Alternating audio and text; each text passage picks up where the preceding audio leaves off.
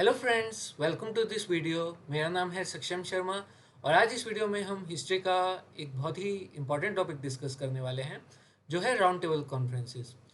ये कॉन्फ्रेंसेस हुई थी लंदन में और इनके अंदर क्या क्या चीज़ें हुई और इनके क्या परिणाम निकले, ये सब आज हम इस वीडियो में जानेंगे। तो चलिए स्टार्ट करते हैं। तो पहले हम थोड़ा बैकग्राउंड जान लेते हैं। तो बैकग्राउंड इसका ये है कि 1927 में इंडिया के अंदर साइमन कमीशन आया। ये अंग्रेज़ों द्वारा नियुक्त किया हुआ कमीशन था और इस कमीशन का ये काम था कि इंडिया के अंदर जो कॉन्स्टिट्यूशनल रिफॉर्म्स आने हैं वो साइमन कमीशन सजेस्ट करेगा। पर इसके अंदर जो सारे के सारे मेंबर्स थे, 7 मेंबर्स, सभी के सब इंग्लिश थे और भारतीयों को ये बात बिल्कुल भी पसंद नहीं आती है। और कांग्रेस पार्टी डिसाइड करती है कि ऑल ओवर इंडिया जहाँ पर भी ये साइमन कमीशन जाएगी सब जगह इसका बॉयकॉट करेंगे। तो इससे जो ब्रिटिश सेक्रेटरी ऑफ स्टेट हैं वो चिढ़ जाते हैं। वो इंडिया को चैलेंज करते हैं कि मुझे नहीं लगता आप लोग खुद का अपना कॉन्स्टिट्यूशन तैयार कर सकते हो, इसलिए हमने सारे अंग्रेज़ लोग लिए हैं इस कमीशन के अंदर, गोरे लोग लिए हैं। तो इंडियंस इस चैलेंज को स्वीकार करते हैं और वो सब मिलके सारी पार्टीज़ की एक all India all party conference बनती है और वो बनाती है नेहरू रिपोर्ट। और इस नेहरू रिपोर्ट में पहली बार इंडियंस का खुद का एक ड्राफ्ट कॉन्स्टिट्यूशन तैयार किया जाता है।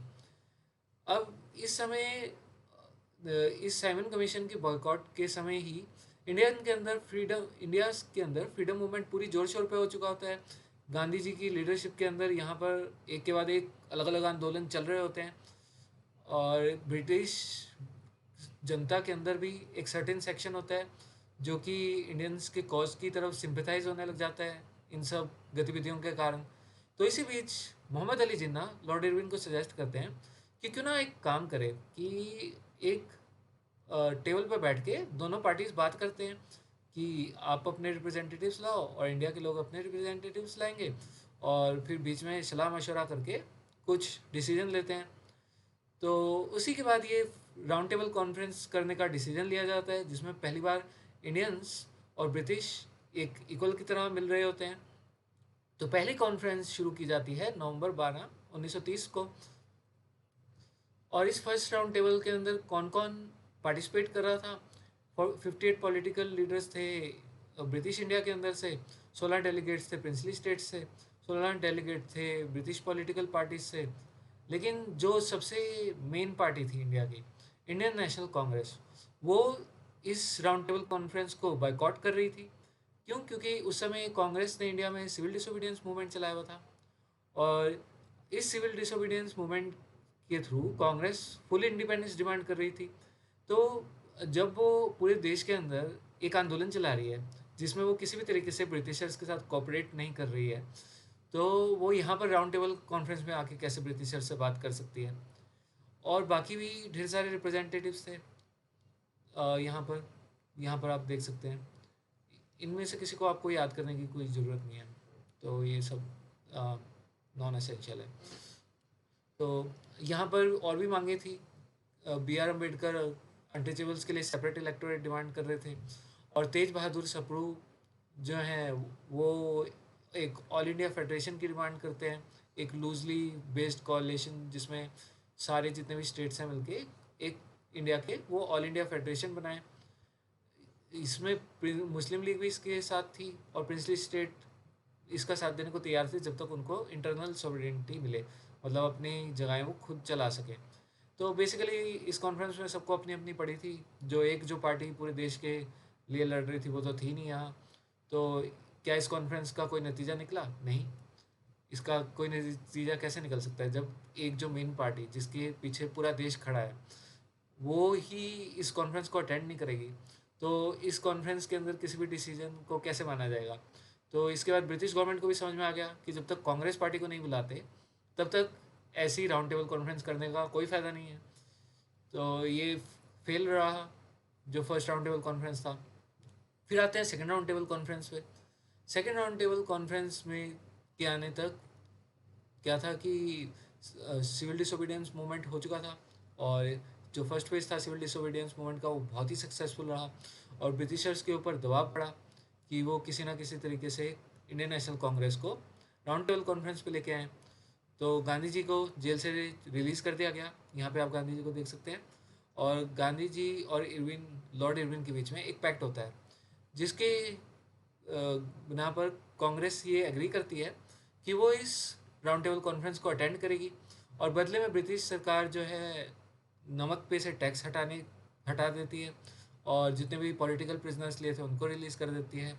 जितने भी लोगों की ज़मीन छीनी थी इस मूवमेंट में, सिविल डिसोबीडियंस मूवमेंट में, वो भी वापस कर देती है। तो उसके बाद गांधी जी यहाँ पर इंडियन नेशनल कांग्रेस के सोल रिप्रेजेंटेटिव के रूप में आते हैं। और यहाँ पर और भी पार्टीज़ होती हैं, जैसे मुस्लिम्स के लिए मोहम्मद अली जिन्ना और आगा खान और मोहम्मद इकबाल, और हिंदूज़ के लिए एम.आर. जयकर, डिप्रेस्ड क्लासेस के बी.आर. अम्बेडकर, वुमेन को रिप्रेजेंट कर रहे थे सरोजनी नायडू, फिर यहाँ पे लिबरल्स, जस्टिस पार्टी, मतलब जितने भी इंडिया के अंदर जितने भी अलग कम्युनिटीज़ छान सकते हैं, ब्रिटिशर्स यहाँ पे जान के सबको बुलाते हैं, ताकि लोगों को ये दिखा सके कि इंडिया अपने आप में यूनाइटेड नहीं है। क्योंकि यहाँ पर इंडियन नेशनल कांग्रेस तो पूरे देश के हिसाब से मांग कर रही होती है, पर ये जो बाकी की सारी इतनी सारी कम्युनिटीज़ हैं, ये सारी अपने अपने लिए कोई रिजर्वेशन मांग रहा है, कोई सेपरेट इलेक्टोरेट मांग रहा है। तो बेसिकली किसी भी तरीके का यहाँ पर समझौता नहीं हो पाता, क्योंकि सबको अपनी अपनी पड़ी होती है यहाँ पर भी। तो इस समय एक और मेन बदलाव आ गया होता है कि पिछली बार जब राउंड टेबल कॉन्फ्रेंस हुई थी, तब ब्रिटेन में लेबर गवर्नमेंट थी, जो कि इंडियंस की कॉज की तरफ सिंपैथेटिक थी। लेकिन अब तक क्या होता है, लेबर गवर्नमेंट गिर चुकी होती है जब तक ये सेकंड राउंड टेबल कॉन्फ्रेंस होती है, और एक नेशनल गवर्नमेंट बन चुकी होती है, जो कि इंडियंस को किसी भी तरीके की लिबर्टी नहीं देना चाहती होती है। हालांकि जो प्राइम मिनिस्टर थे वो अभी भी मैकडोनल्ड ही थे। और एक बहुत ही इम्पोर्टेंट एक फैसला था इसके अंदर, वो एक कम्युनल अवार्ड का था, जो अवार्ड किया जाता है माइनॉरिटीज़ को, डिप्रेस्ड क्लासेस को इंडिया के अंदर। और इसके बाद गांधी जी ने इसके अगेंस्ट हड़ताल कर दी थी। फिर गांधी जी और अम्बेडकर, बी आर अम्बेडकर जी के बीच में एक मीटिंग होती है, और दोनों मिलके आपस में समझौता कर लेते हैं, और ये कम्युनल अवार्ड हटा दिया जाता है उसके अकॉर्डिंग, और अलग से रिजर्वेशन दे दी जाती है अनटचेबल्स को, और इसे पूना पैक्ट के नाम से जाना जाता है, जो 1932 में हुआ था। तो बेसिकली ये राउंड टेबल कॉन्फ्रेंस भी एक फेलियर ही मानी जाती है, क्योंकि यहाँ पर सबके बीच में डिसएग्रीमेंट था और कोई भी फैसला नहीं हो पाता। फिर आते हैं थर्ड राउंड टेबल कॉन्फ्रेंस पे। अब थर्ड राउंड टेबल कॉन्फ्रेंस होने तक इंडियन नेशनल कांग्रेस के फिर से सारे लीडर्स जेल में डाल दिए थे, और इस बार तो इंडियन नेशनल कांग्रेस को इनवाइट भी नहीं किया।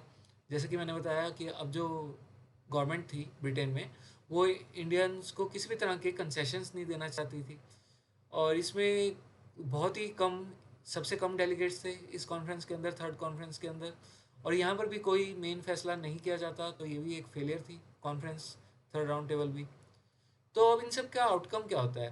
बेसिकली इन तीन राउंड टेबल कॉन्फ्रेंस का बहुत ही कुछ भी आउटकम नहीं निकलता, इनका कोई भी फायदा नहीं होता। अल्टीमेटली होता ही है कि जो साइमन कमीशन के रिकमेंडेशन थे और जो नेहरू रिपोर्ट की मांगे थी, और इन तीन राउंड टेबल कॉन्फ्रेंस की रिकमेंडेशंस को सुन के अल्टीमेटली इंडिया के अंदर एक गवर्नमेंट ऑफ इंडिया एक्ट आता है 1935 में, और ये हमारे मॉडर्न इंडियन कॉन्स्टिट्यूशन की बुनियाद है। इस गवर्नमेंट ऑफ इंडिया एक्ट 1935 में की बहुत सारी जो बातें हैं, वो अभी भी हमारे कॉन्स्टिट्यूशन के अंदर प्रेजेंट है। तो ये था निष्कर्ष इन तीन राउंड टेबल कॉन्फ्रेंस का। उम्मीद है आपको ये लेक्चर पसंद आया होगा, और लाइक और सब्सक्राइब करना मत भूलिएगा। धन्यवाद। Have a nice day.